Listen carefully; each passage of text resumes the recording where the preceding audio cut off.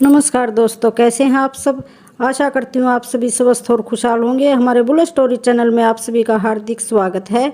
आज मैं आप सबको श्री राम जी के बारे में बताऊंगी कि आखिर श्री राम जी ने लक्ष्मण जी को मृत्युदंड क्यों दिया था, मृत्युदंड दिया था या फिर उनका त्याग किया था। ये सुनने से पहले अगर आप चैनल पर नए हो तो चैनल को लाइक शेयर सब्सक्राइब जरूर करें और बेल आइकन का बटन जरूर दबाएं ताकि आने वाली वीडियो आप तक पहले पहुंच सके। तो शुरू करते हैं आज की ये जानकारी।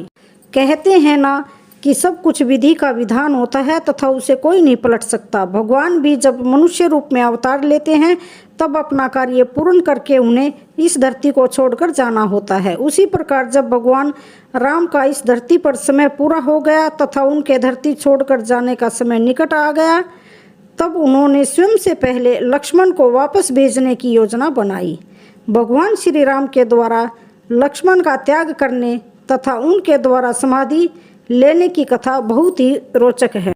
जब श्री राम के इस धरती पर सभी कर्तव्य पूरे हो गए तब उन्हें सूचना देने स्वयं यम एक तपस्वी के रूप में श्री राम के दरबार में पहुँचे।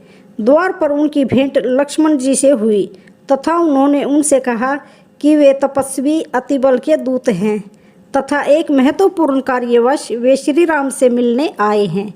लक्ष्मण श्री राम की आज्ञा पाकर यम को उनके कक्ष में लेकर गए।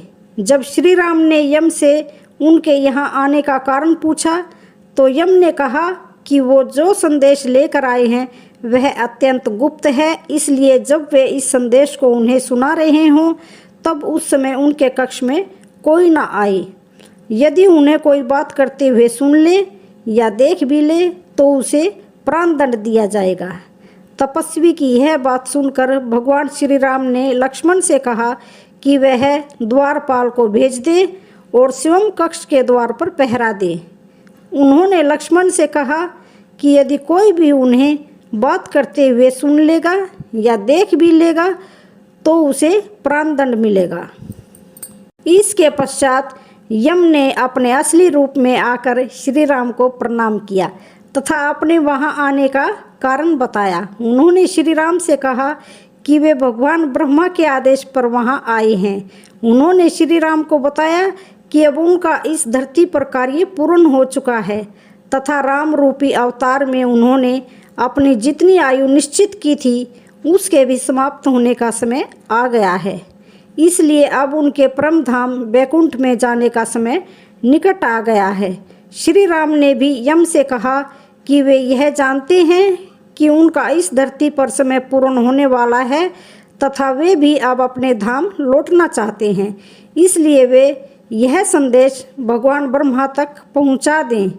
जिस समय लक्ष्मण द्वार पर पहरा दे रहे थे उसी समय महर्षि दुर्वासा वहां आ पहुँचे। उन्होंने उसी समय लक्ष्मण को कहा कि वे उनके आने की सूचना तत्काल श्री राम को दें। लक्ष्मण ने उनसे क्षमा मांगी तथा कहा कि श्री राम अभी एक आवश्यक कार्य में हैं, इसलिए वे अभी उनसे नहीं मिल सकते।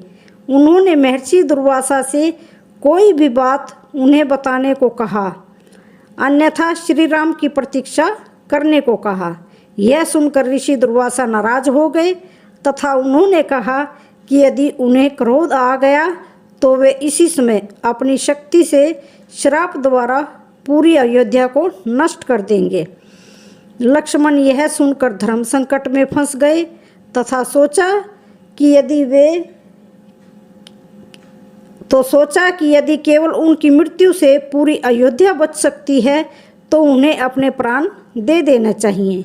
लक्ष्मण ऋषि दुर्वासा के आगमन का संदेश लेकर श्री राम के कक्ष में पहुंच गए तथा उन्हें दुर्वासा ऋषि से मिलने को कहा। लक्ष्मण को वहां देखकर यम अंतर्ध्यान हो गए। श्री राम भी असमंजस में पड़ गए, लेकिन वे लक्ष्मण की दुर्दशा को समझ चुके थे।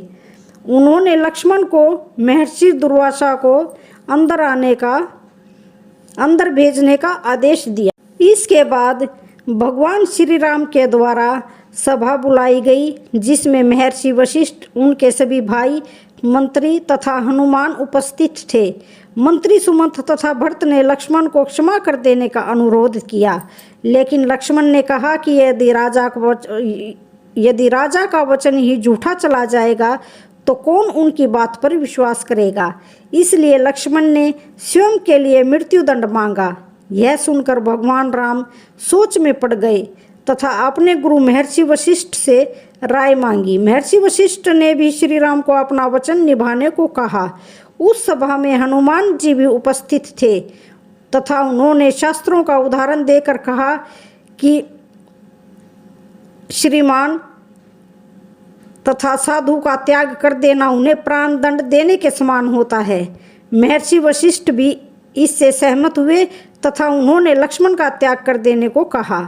इसके पश्चात श्री राम ने लक्ष्मण का परित्याग कर भगवान श्री राम के द्वारा लक्ष्मण का परित्याग करने के पश्चात वे उनका आशीर्वाद लेकर सरयू नदी में गए तथा अपनी श्वास की गति को रोककर अंतर्ध्यान हो गए। समाधि लेने के पश्चात वे अपने धाम बैकुंठ पहुंच गए तथा शेषनाग का रूप ले लिया। तो दोस्तों, कैसी लगी आज की ये कहानी? वीडियो अच्छी लगी तो चैनल को लाइक शेयर सब्सक्राइब जरूर करें। धन्यवाद।